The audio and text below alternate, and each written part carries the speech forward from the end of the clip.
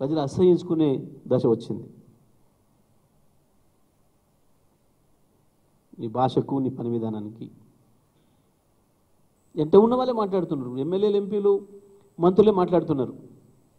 అసలు ఏం మాట్లాడుతున్నాడో తెలుస్తలేదు మాకు. మేము తలదించుకోవాల్సి వస్తుంది, మేము సమాధానం చెప్పాల్సి వస్తుంది.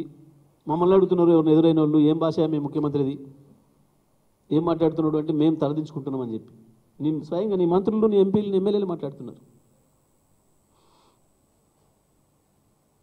నువ్వు చేస్తున్న దానికి. నువ్వు ఎన్ని చేసినా, ఎన్ని అరాచకాలు చేసినా, నువ్వు పోలీసులు వాడినా, నువ్వు ఎన్ని దుర్మార్గాలు చేసినా, ఏం చేసినా జూబ్లీహిల్స్లో నువ్వు గెలవడం సాధ్యం కాదు. అది స్పష్టం తెలిపోయింది.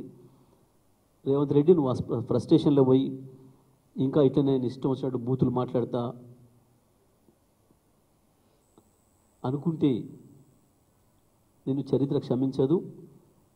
వీటన్నిటి కూడా నువ్వు అనుభవించాల్సిన పరిస్థితి వస్తుంది. చేసిన ప్రతి తప్పుకు, మాట్లాడిన ప్రతి మాటకు ఒళ్ళు దగ్గర పెట్టుకొని ఇప్పటికైనా భాష మార్చుకొని మాట్లాడితే మంచిది.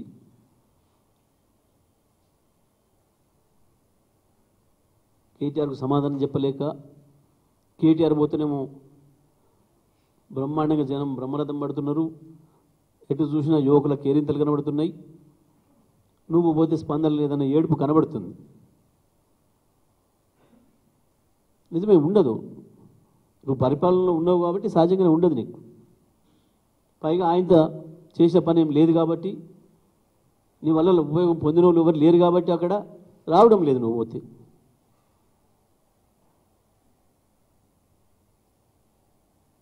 దానికి తప్పు నీదైంది కానీ అవతలది కాదు. తప్పు నీది, కేటీఆర్ది కాదు. నీకు జనం రాకపోవడానికి, నీకు జనం సపోర్ట్ కొట్టకపోవడానికి కారణం కేటీఆర్ కాదు, నువ్వే. నువ్వే నువ్వు ఆ ఫ్రస్ట్రేషన్లో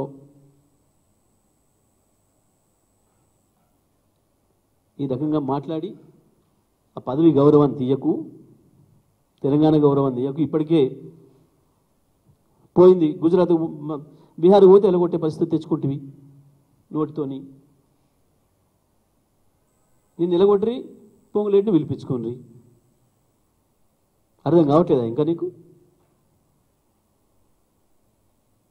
ఆ సామెత ఉండే, అదేంది, వచ్చిరాని భాష మాట్లాడి వాళ్ళంతా వాళ్ళ కొట్టుకుండవడం అని. వచ్చిరాని మాట్లాడితే ఇప్పుడు అవతల వాళ్ళు తిట్టబట్టి వచ్చిన భాషలో, తెలిసిన భాషలోనే మాట్లాడతామా? ఎందుకు అహంకారం? ఎందుకు?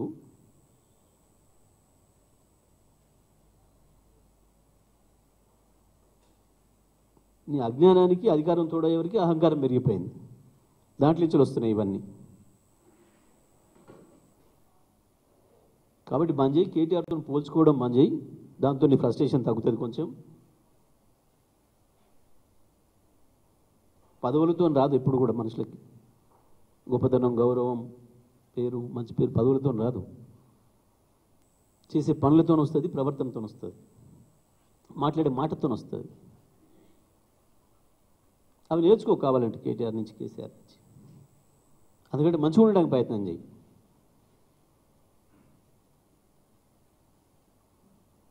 ఇప్పటికైనా ముఖ్యమంత్రి భాష మార్చుకుంటే మంచిగా ఉంటుందని చెప్పి మేము టీఆర్ఎస్ పార్టీ నుంచి వెళ్ళి మేము హెచ్చరిస్తా ఉన్నాం.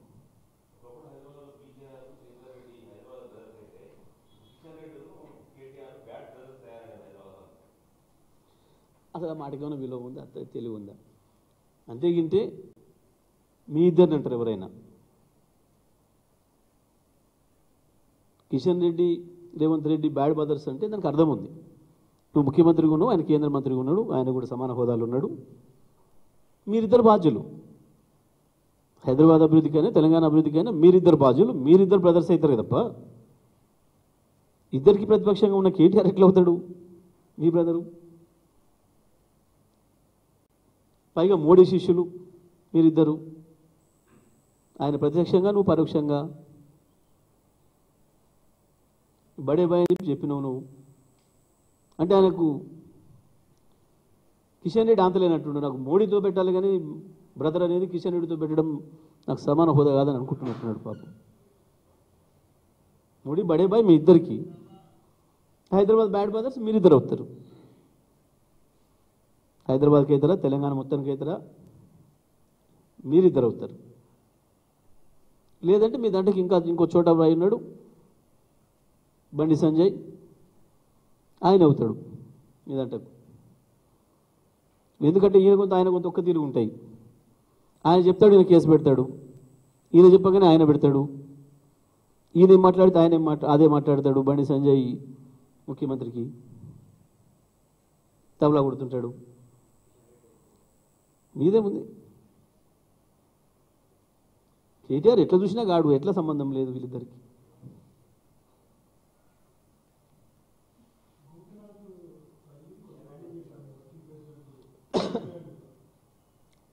ఇక కాదు, అందరికీ తెలుసు. ఎవరు మాట్లాడిస్తారో తెలుసు, ఎవరు మాట్లాడిస్తారో అందరికీ తెలుసు.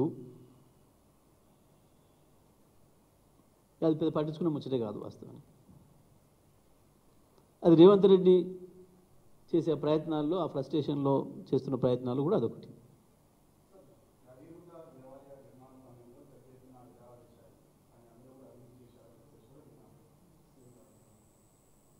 చేయొచ్చు కదా, అన్నిటి కమిషన్లు వేస్తున్నాడు కదా వరుసగా. 2 నెలల నుంచి ఏం చేస్తున్నాడు మరి? రాత్రికి తెలిసిందా? కళ్ళకు వచ్చి చెప్పారు ఎవరన్నా? చిల్లర మాటలు అంటే నాకు ఇవే చిల్లర మాటలు, చిల్లర వేషాలు. కమాండ్ కంట్రోల్లోకి ఇది జరుగుతుంది. 2 ఏళ్ళ నుంచి అట్లే కూర్చుంటున్నావు. నేను దొరికిందా కుర్చీ కింద ఏమన్నా? ప్రజలు నవ్వుకుంటున్నారు ఈ మాటలు చూసి. మాకు కూడా బాధ కలుగుతుంది. తెలంగాణ ముఖ్యమంత్రికి ఇంత దరిద్రంగా మాట్లాడితే ఎట్లా? మనకు అందరి గౌరవం పోతుంది కదా, మన అందరికి ముఖ్యమంత్రి కదా అని. రాజకీయంగా ఏమన్నా కానీ రాష్ట్రం పరువు పోతుంది కదా.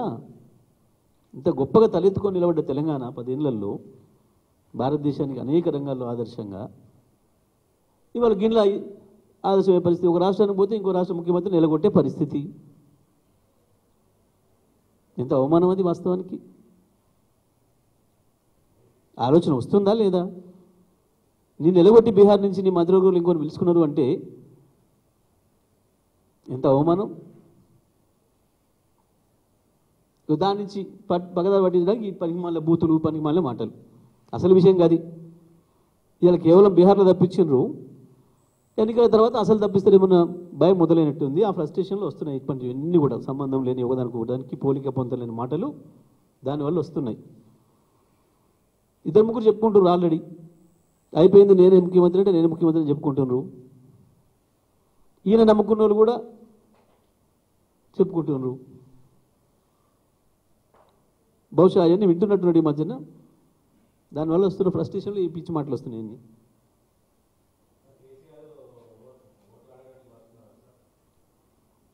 రోజు అడుగుతూనే ఉన్నాం కదా, మేమందరం కేసీఆర్లమే కదా. ప్రజలే కేసీఆర్లే తయారైనరు కొత్తగా. చాలామందికి మీకు అర్థం కావట్లేదు.